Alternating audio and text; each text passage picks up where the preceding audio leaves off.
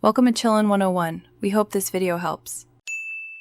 You start by confirming you have edit or full control. This lets you add sections and web parts. Once done, pick the right site type, because a communication site targets broad audiences while a team site is collaborative. Now create a new page.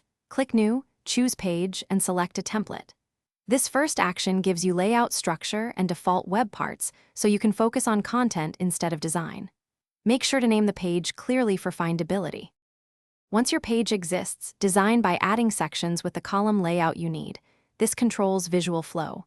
Then insert web parts text for copy, image for visuals, file viewer for documents, and quick links for navigation, because each serves a distinct purpose. Make sure to edit web part properties, set formatting, audience targeting, and links. As you configure, preview to check spacing and responsive behavior. This avoids surprises on mobile. Save frequently to capture progress. To finish, save your draft and then publish when content and layout are verified. Version history helps you revert mistakes. Once published, share the page link or adjust site permissions so the intended audience can view it, and enable audience targeting if needed. If something breaks, clear your browser cache, confirm you and viewers have correct permissions, and republish.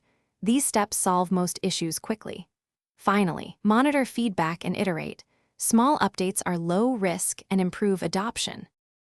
Thanks for watching. Consider subscribing if we helped you.